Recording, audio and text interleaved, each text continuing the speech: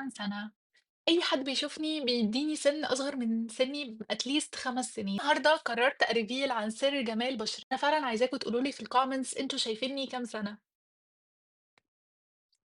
وسر جمال بشرتي هو الretinol يا جماعة. أنا باجيبه من إيفا ب210 جنيه، وبجد مخلّي بشرتي كنت باستخدمه زمان وبطّلت ورجعت برضه أستخدمه تاني. بطّلت أستخدمه طالما هو تحفة، علشان يا جماعة هو كان مبهدل لي بشرتي لإنه كنت باستخدمه غلط فوق ال25 ليه محتاجين تستخدموا retinol؟ أول حاجة الretinol بيحفّز إنتاج الكولاجين في البشرة، فبجد بيخلّي البشرة باينة أصغر من سنها، بيسرّع تجديد الخلايا، فبيخلّي الحبوب والحاجات دي تبقى أقل بيحسّن الskin tone، يعني لو عندِك علامات في البشرة أو حبوب بُنية بيقللها وبيخفيها، وبيحسّن الtexture بتاع البشرة، يعني بتشوفي بشرتِك flawless.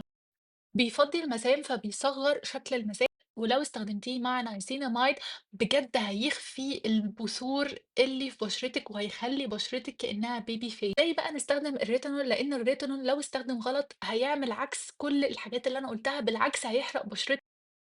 طيب أنا دلوقتي اشتريت الريتانول من أي براند أيًا كانت إيه، مش لازم تشتروا إيفا، ممكن تشتروا أي براند عادي. أول حاجة هنغسل بشرتنا كويس بالغسول وما يكونش فيه ساليسيليك أسيد، يكون غسول مرطب حلو أوي على بشرتنا. ممكن تجيبوا بتاع نيتروجينا، هو حلو أوي لو أنتم بشرتكم دهنية يا جماعة. ممكن تستخدموا الغسول اللي أنتم بتستخدموه لبشرتكم عادي، أهم حاجة تبصوا في المكونات من ورا ما يكونش فيه ساليسيليك أسيد. أنا هاستخدمه بطريقة الساندويتش إفكت، إن أنا أحط المُرطِّب اللي أنا باحطه لبشرتي العادي، وبعدين أحط الريتينول، بعدين أحط برضه المُرطِّب اللي أنا باستخدمه لبشرتي، فيبقى زي الساندويتش، عندنا المُرطِّب وبعدين الريتينول، بعدين المُرطِّب تاني.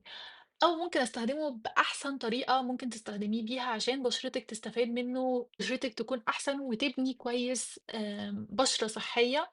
هي إني أستخدم النياسيناميد على بشرتي وباسيبه 30 ثانية، والنياسيناميد ده حلو لإن هو بيحافظ على البشرة وبيقلل شكل المسام، وبجد تحفة أوي بتاع إيفا أنا باستخدمه جميل جدًا.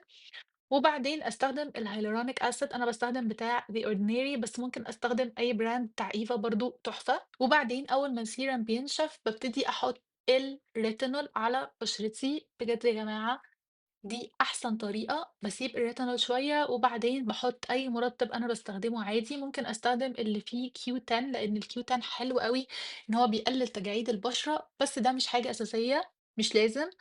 ممكن أستخدم أي مُرطِّب أنا باستخدمه عادي، وبكده هابقى اتأكدت إن بشرتي مش هتتحسس ومش هيكون فيها أي مشاكل باستخدام الريتينول.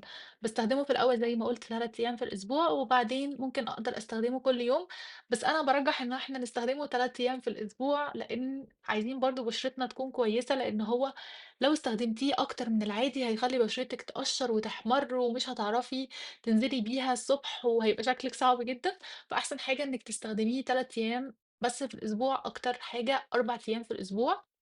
وطبعًا ما ننساش إن إحنا نستخدم الSPF. أنا باستخدم بتاع La Roche Posay اللي هو الfluid لإن أنا بشرتي دهنية، بس ممكن نستخدم أي نوع يكون SPF 50. وبس كده، ده كل حاجة عن الretinol. أيًا كان بتشوفوني فين اعملوا لي follow لو أنتم على TikTok، ولو أنتم على YouTube please اعملوا لي subscribe وlike وshare للفيديو، وبس كده.